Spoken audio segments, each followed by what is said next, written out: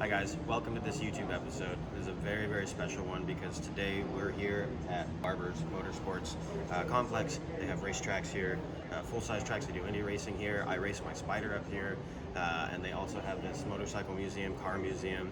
It houses one of the biggest motorcycle museums in the world and also one of the biggest collections of Lotus race cars. So inexplicably, this is actually just in my backyard. It's just on the outskirts of Beeham. And the reason why I wanted to do an episode today was because we have a really great opportunity here. They have some beautiful coach-built cars in bare metal, so we can kind of take a look at some of those historical cars, how they were built, how they were put together, and just talk about some of the stuff that's really interesting to me and probably to you guys if you follow me. I don't have time to give you a whole tour of the museum. This place is just overwhelming, but I highly recommend if you get anywhere close to Birmingham, check it out, swing through. You can go out on the racetracks, you can drive here, you can do the Porsche driving experience. It's a super cool place to be. So let's get into it. First, we're going to look around here. This is one of my favorite sections here. This houses most of the Lotus race cars. So we're going to kind of talk about some of the cars here, and then we'll get into the coach building of it. So this is a 1956 Lotus Type 12, and they very kindly put together this display to show sort of a finished one, and then the tube structure, and then the original aluminium bodywork. So this is incredible to me. First of all, when you look at this, this is the kind of stuff that I've seen on like World War I era and kind of in that period, 40s, early 30s, kind of that area, how they put stuff together. A lot of the stuff was gas welded or brazed, and like I said, it's very, very rudimentary, which I find beautiful. I remember the first time I saw a Ferrari, the coach work was done by Pininfarina, and the first time I saw a vintage like 60s Ferrari, I think it was, naked after it had been all stripped down. I was kind of surprised at how rudimentary it was put together. And sometime later in the next year or so, I was talking with a kind of a shop that worked on, hot rods, a lot of the stuff that I do now. And one of the guys kind of made the remark that the original coach work and the cars that they were built were really rough, and that they built stuff to better standards, which is 100% true. And it kind of, that conversation struck me because it is true. The levels of fit and finish and the levels that we've taken everything to, and we continue to push things through in this industry, is kind of an evolving, ever-changing landscape. To me, someone like me, this is the most beautiful stuff you ever see, because all we're doing is taking and evolving and expanding on something that's already been created. But these were the original pioneers. These are the guys that paved the way for people like me. These are the ones that developed how this stuff was done. And I find this stuff a lot more beautiful than anything that you'll see, in the custom shows. I love custom cars, don't get me wrong, I love what I do, but as far as me personally, this is the stuff that really, really speaks to me. So in my personal life, I've had a couple of classic cars that were completely unrestored, and I didn't do anything to them, that I daily drove. And my friends would say, "You build all these cars, why don't you make yours super nice?" And I said, I can restore and customize a car a million times, but it'll only be its original form one time in its life, and I can't replicate that. So if we take a look at this, same thing. You can see this is kind of like aviation fuselage 101, right? So we build all these little tube structure pieces. They get little gussets over the top of them. You can see this little gusset they put to make this joint stronger is just hand hammered around it. So you can see the different weld joints on this. By today's standard, that central hoop for safety would never pass tech. But obviously standards were different then, and the people that drove them were different then. They weren't concerned about it. So same thing, you can see this is the actual tab for those little Zeus fasteners that I'm talking about. It has a little piece with like a helix cut into it that pushes in and wraps around that little wire that you see back there. So essentially you just weld this on and rivet that little wire on, and then your fastener to take the body off would come off. So same thing, you can see all the little tabs that they put here. And obviously this is showing some signs of wear, but like I said before, this is completely original. That means nobody's screwed with this, nobody's changed anything. This is exactly as it was when it was first built, which, like I said, it's just amazing to me. So if you look up, you can see this is the aluminium coachwork for this car. So this body itself right here weighs 38 pounds. That's it. It's I believe this is 1/32 aluminium. So historical cars, they would have built with 1100 series aluminium, which is commercially pure. Doesn't have anything added to it. at least in any large amounts. So when we build cars today, most of us will use 3003 series aluminum because it has a few additives like manganese and different things that make it structurally a little bit stiffer, more rigid. It's just as malleable to work. It's just as easy to weld. It's a good aluminum to build from. And the reason why we don't use the 1100 anymore is because it was so soft. You just breathe on these things, and it's just, I mean, there's no rigidity to them. So during my career, when I was doing a lot of like concourse, low production European car stuff, I kind of got into a niche where I was specializing in superleggera cars, alloy body cars, and they're beautiful, but they can also be extremely stressful to build because of stuff like that. So if you look at this, we would call this very, very rudimentary, right? That's what we're kind of talking about, how things have changed and evolved over time. So these shapes are put together and welded in just the way I do them now, but they were just kind of roughed in quickly and then put together so they could be raced. And that was one of the key points about superleggera cars built this way was if you built this car, you could build it very, very quickly. You could design bodies and change things very, very quickly. But then if you put it into a wall and destroyed it, then you could rebody one very, very quickly as well, because this was something that if you built it by hand, you had to be able to do quickly, right? I'm always talking about being efficient as a coach builder, being able to do stuff. I didn't have 3, 4, 5 years to body a car. It was not kind of the revered sort of thing that we think it is now. It was just, hey, build us a body and it's got to be banged out real quick. We've got to race together. So this is an original piece. But even then, if you imagine this being 20 gauge aluminum, and if you look inside, there's almost no substructure to speak of. So the rigidity that it's holding is actually really, really impressive because it's just sheerly the coachwork that's holding that all, in shape, which that's amazing to me. So I've been fortunate in my career to work on some really special cars, some rare cars, some cars with serious history, some beautiful cars. I'm grateful for that. This car is one of those cars, and to be perfectly honest, I wasn't a huge Lotus person for many, many years, and this car has actually become, this very specific car right here has actually become one of my top 10 most favorite cars. And the fact that we get to see it here in bare metal in the coachwork, I'm very grateful for that. So this is a Lotus 11 Gullwing. What's special about this car is that this is a one-off car, and they actually don't know who built it to this day. So the general story is that the Havilland Aircraft Company, they built small aircraft, little passenger carriers and stuff like that, that they built this car, or some of their craftsmen built this car. Other people say it's just an unknown group of craftsmen for it. So it's a Lotus chassis, it is a Lotus car, it's a Lotus 11, it was built for Lotus, but the body itself was a one-off design piece with this beautiful Gullwing. And that's really, really incredible to me. So one of the things that supports the Havilland theory is this has flush rivets on it, if you see. These are all flush rivets. And this type of rivet was not used on Lotus's cars on all their other coachwork. This was seen in aviation, but even at this time in history, this was not something that you would see on every single aircraft. So the fact that it has those rivets is very special, and it also kind of lends itself to that idea. So this car is all original, it's been unrestored. This car is obviously a beautiful work of art, but one of the amazing things about it is it weighs 1,200 pounds. That's it. The original Shelby Cobras, the AC Cobras that Carroll Shelby built into them, the very first ones, their weight, I think wet, was 2,500, somewhere around there, within 100 pounds of that. 1,200 pounds. This is ludicrous. So one of the things I love about this car is being able to appreciate the actual hand-built coachwork on this. So if we get in close, we can just dissect this here. So here's the weld seams here. So this just hump here, this section here was built here, you can see it. So we've got one piece here, this was all one piece, this was all one piece, up there was another piece, and then here you can see where it's actually welded. So this hump welded right along here. So you can see the welds and the grind marks and so on and so forth. And then up here, same thing. These are the file marks that you see.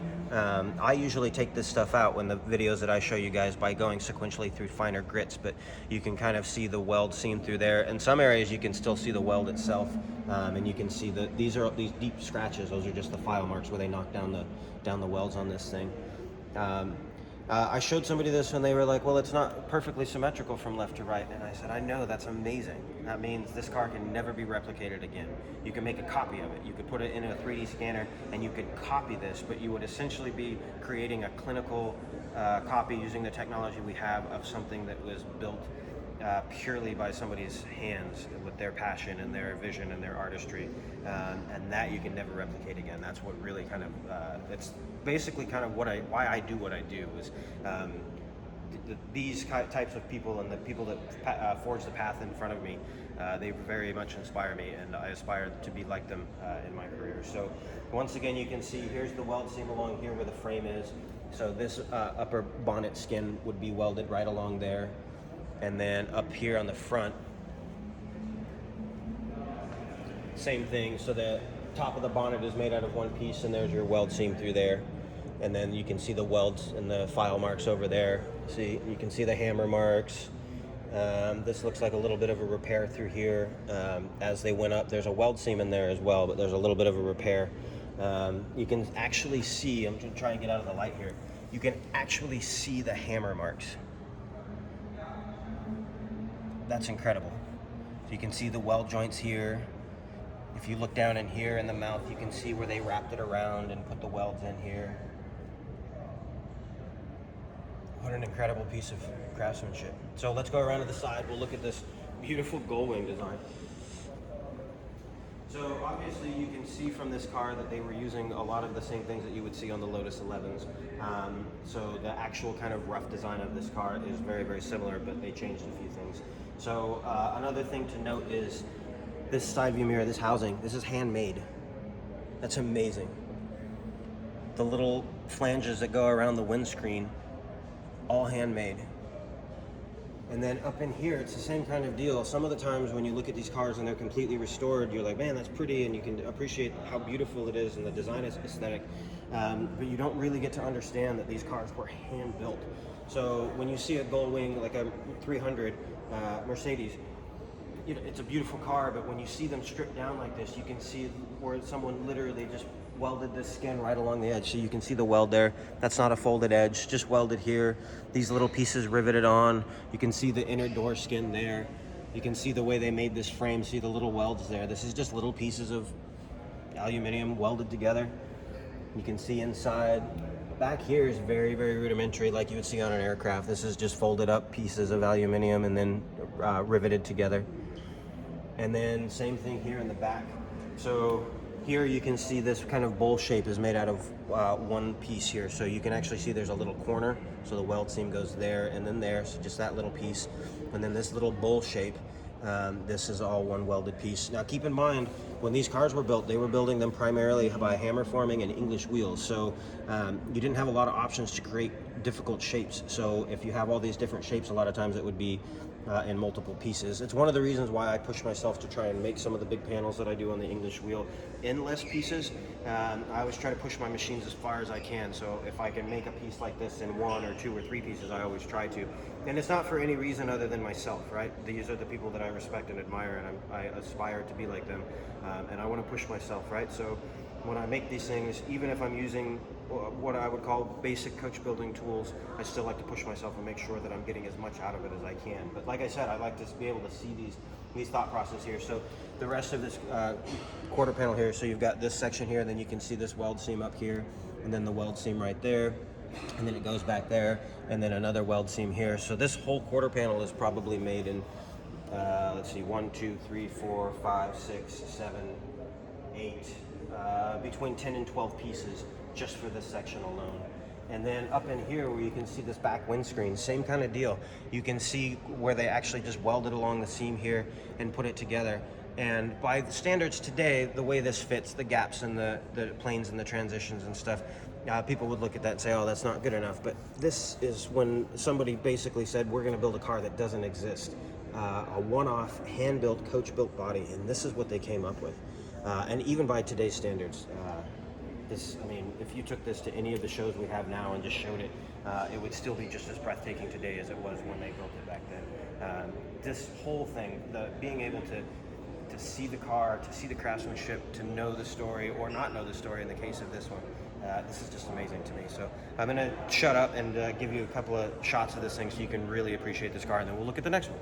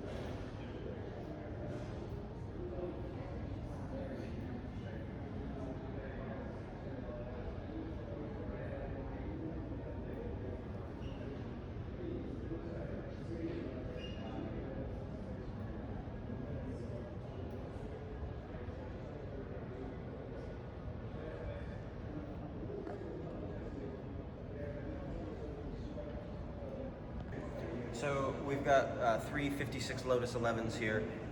Same base as this Gullwing that they built, but this would be kind of the Lotus production one. So this was a car that wasn't a one-off built car. And it's interesting to see that you can see it's a little bit more polished because they built it multiple times. And in my experience with building these low production cars that I built for a long time, that's what you would see. Anytime you would see a car that was low production, anything under about 50, you could definitely see that it was built by hand, like this beautiful Gullwing.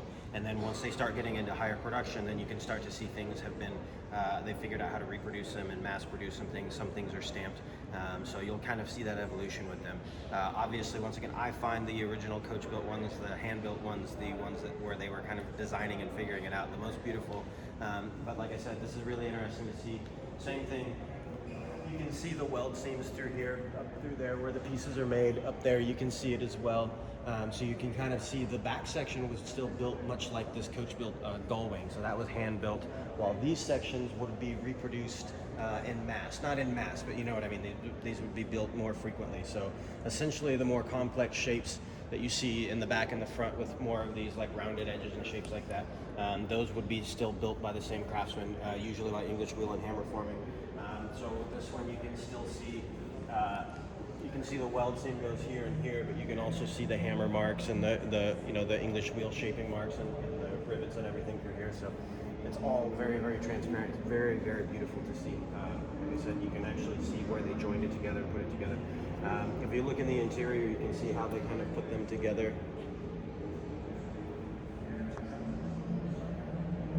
And then another thing that's interesting about these is like the 300, they had panels that you would put on and off on the bottom to make it more aerodynamic. And if you look at the underside of this one, the whole thing has those kind of closeout panels to make it more aerodynamic.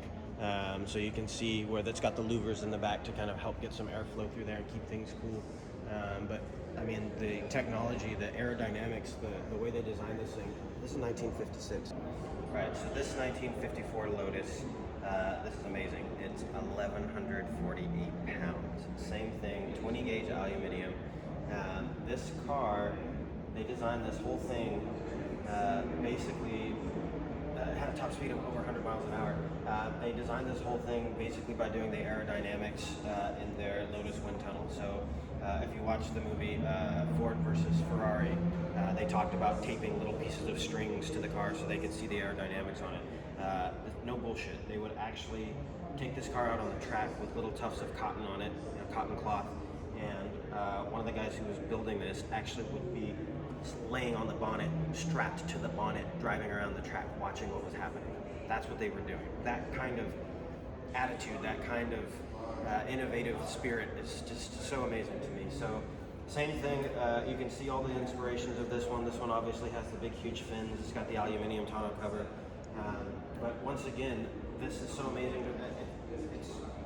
We're fortunate to be able to look at this because we can see everything on this and how it was built. So you've got your weld seam here for the back. You can see it up in there as well. You can see every hammer mark, all the English wheel marks, all the welds through here.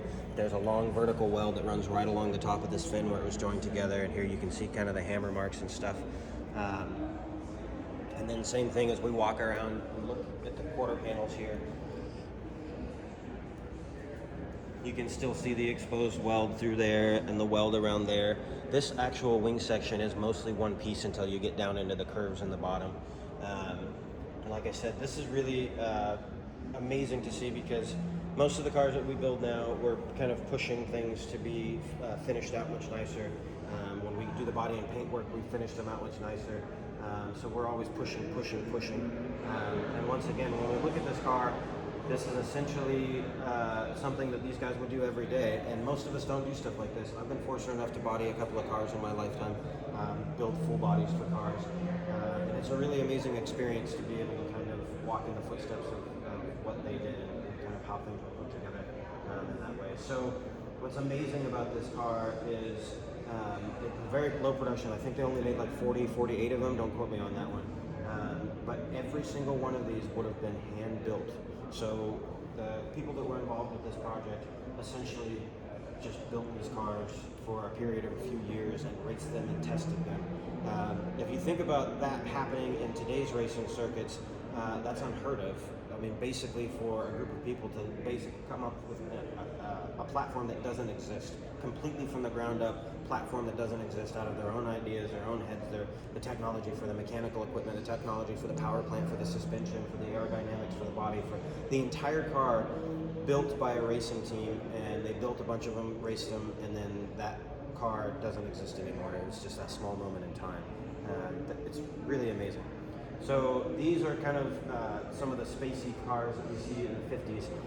And that's something that I should mention. When we're looking at these, we kind of know a little bit of our history, if you like me, kind of know cars. And some of these aren't radical ideas, but imagine in this time period, imagine in 1954, seeing something like this for the very first time, or seeing it on the racetrack, or seeing somebody get out of one, or getting in one yourself and driving it. This would be like getting in a literal spaceship. I mean, this is mind-blowing. So now let's look at some of the older ones, and you can kind of see how they took that kind of design earlier on and created rudimentary cars, like I talked about in my other YouTube video, and how they evolved into these beautiful space age type looking bodies.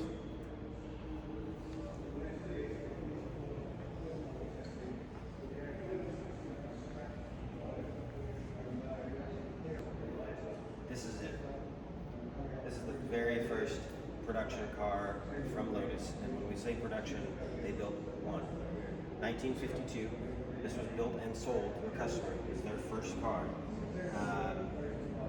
If you look at this compared to the other cars that we just looked at, this is much more utilitarian, but it still maintains the same basic design. It's an all-alloy body. You can see that it's set up in a very, very sporty configuration. Unfortunately, this car has been restored. Fortunately for us that we get to experience it and see it, this is the real one. This isn't a reproduction. This is the actual car.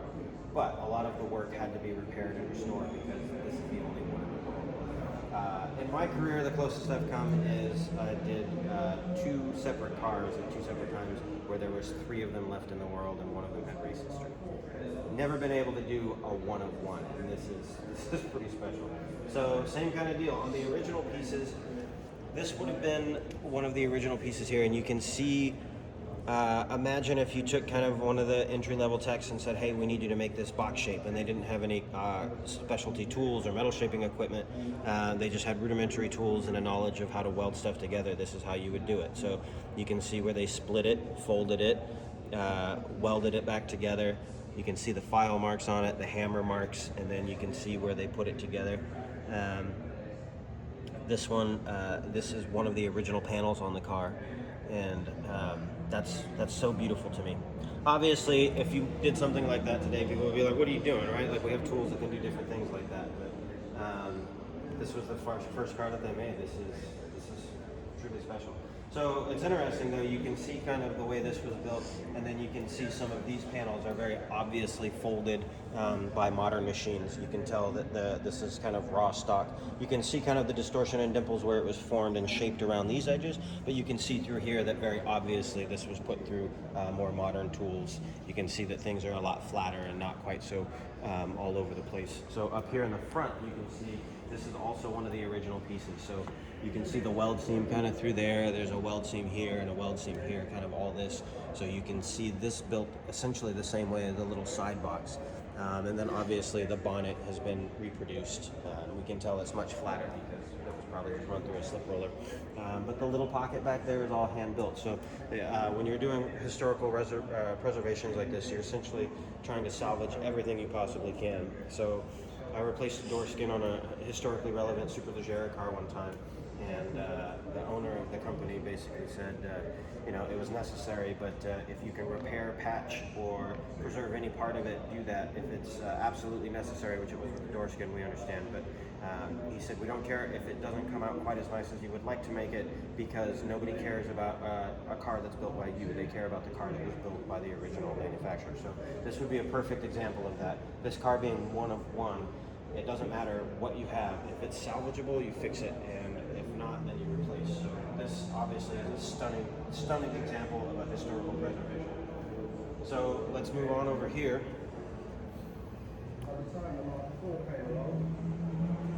It was time to put. So this is 1950. They only made one of these. This is an actual reproduction. So nothing on this car is actually the real thing. They basically did a reproduction of this so we can have this historic part of automotive history. And that also has a very important place in this industry, right? So if you're going into this and you're learning metal shaping or coach building or car building or any of that stuff, the industry's weird because there's more than one aspect to it. I right now am building mainly custom cars because of the skill set that I have. I spent over a decade doing cars like this. And each kind of building has its own importance to history and preserving automotive history and kind of continuing these traditions and passions on to future generations. So some places might only do historical preservations, some places might do only custom cars.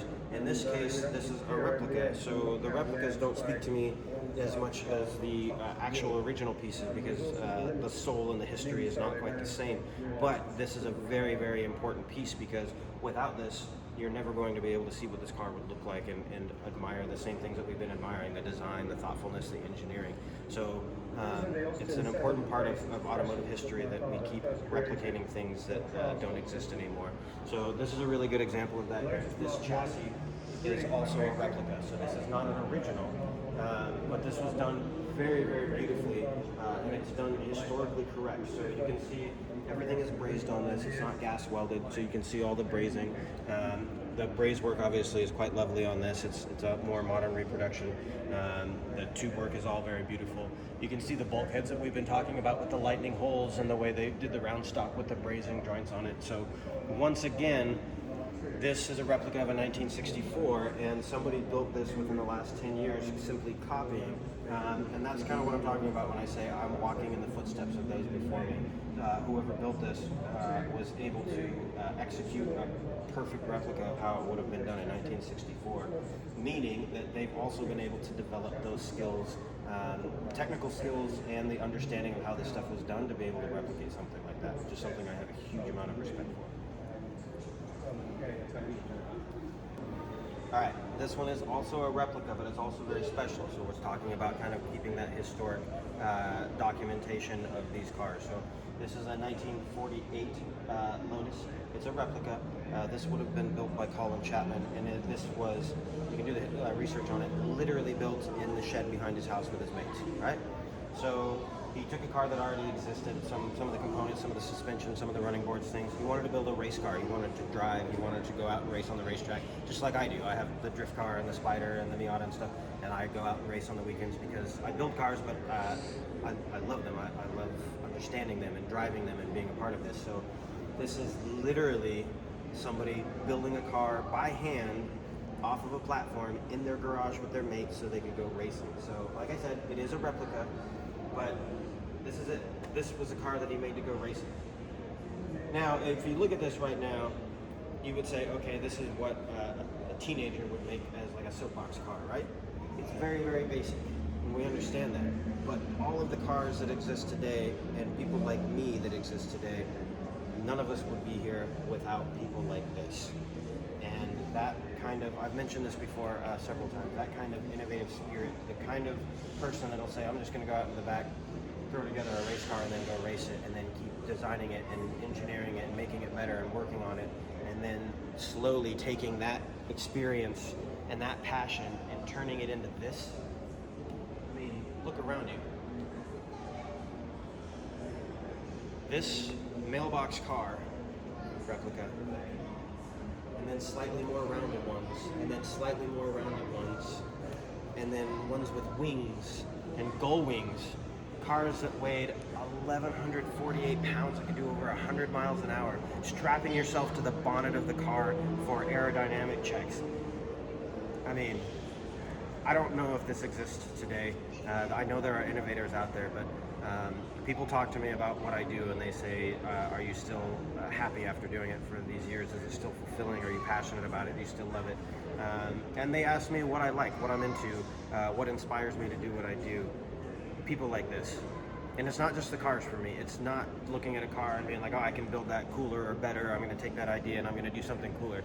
For me, my entire ambition once I started learning about these people was simply to walk humbly in the path that they walked and understand things the way they understood them, and hopefully make a small place in this history, this living industry for myself to, in some small way, join these men and women. That's truly special to me. Like I said, this is an amazing place. I'm going to show you a couple of motorcycles. Most of you guys that follow me are into cars and bikes as well. Obviously, I am too. I ride. So I'm going to show you a couple of bikes just because this museum holds some of the rarest bikes on the planet. I can't show you the whole place. It would take me hours and hours and hours, but we'll look at a couple of special ones. Let's go upstairs. Here it is. This is the real deal. 1913 Flying Merkle. So most of this paint is original. It's in completely unrestored condition. This is one of the rarest, one of the most beautiful, one of the most expensive bikes you'll ever see on the planet. So this thing's really amazing. This was one of the first bikes to use ball bearings in the power plant. The rear suspension set up. A lot of these bikes that you're going to see in here, they have the original white rubber, the rubber that's not dyed. They have the suicide shifters. This one has a chain drive. A lot of these bikes in here, the early bikes, some of them are even steam and brass. They're actually belt driven like old machinery. So they have the leather belts that are just riveted together, stapled together. This thing is mind blowing to me. 1913. It's got these big long handlebars like you would see on, you know, the 70s bikes. But imagine seeing this or owning this or riding this in 1913. I'm going to shut up and give you guys a couple of minutes so you can kind of look at the way this is all put together. Look at the leather little boots. These are leather. That's crazy to me.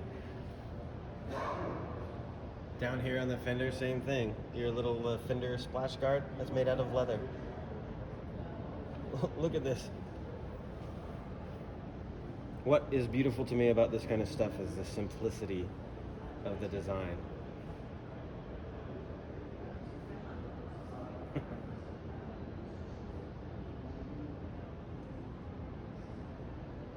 This particular one is considered to be the finest unrestored original Flying Merkle that exists.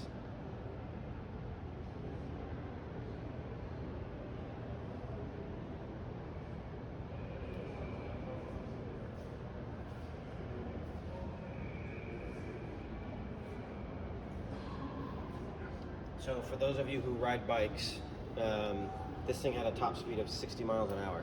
60 miles an hour isn't fast, but it's certainly not bicycle speed. It's quick. It's quick enough to know that you're going quickly.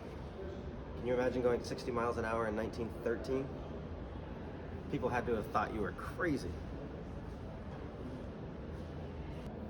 All right, so you guys probably know that I'm a cafe racer guy. I like those kinds of bikes. I like that kind of thing. But it's not just the cafe racers, you know, the European style bikes that do it for me. It's just that kind of spirit and that kind of attitude, right? So they have this whole setup here for the board track racing, which is, if you're not familiar with board track racing, go research it a little bit. It'll blow your mind. But one of the things I wanted to point out is this one. This is a 1920 Harley-Davidson.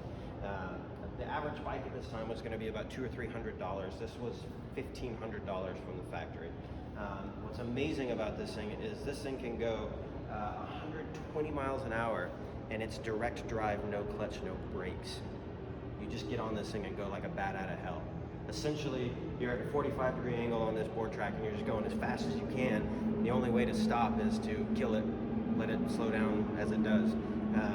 So the reason why I like the cafe racers, why I like the superleggera cars, why I like the hot rods is all of these guys were basically, as soon as we got any kind of technology at all, they would say, let's make it lighter, let's take everything off of it that we need, let's make it more powerful, let's make it faster, and then let's drive it as fast as we can.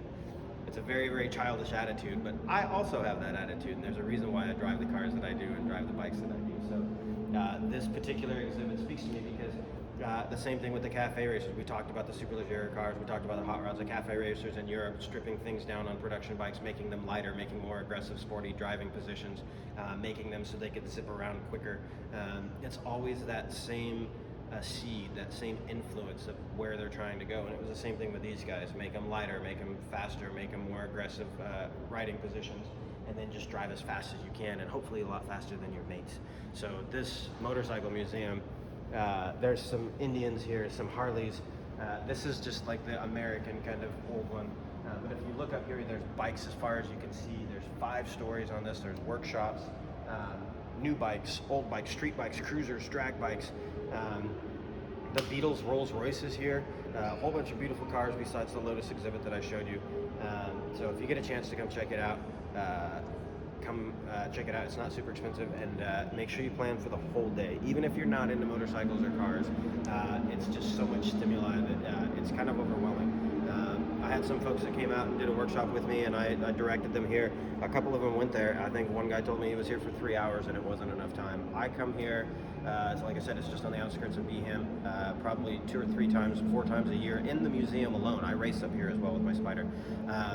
And to date, I still haven't had a chance to read and look at everything as much as I'd like to. So hopefully this was a nice little kind of break for you guys to get in and see the museum, Barber Motorsports Complex, Barber Motorcycle Museum in Birmingham, Alabama. But also kind of a chance to see some of the things that really inspire me, and a little bit of classic coach work unveiled, right? Without any of the smoke and mirrors of the industry, just purely what it is and where it came from. So what I'm going to do is I'm going to take you out and show you a little bit of the racetrack, and you can kind of see the whole vibe of this place here. So thanks for coming along and watching this YouTube video. We'll see you guys next time. Cheers.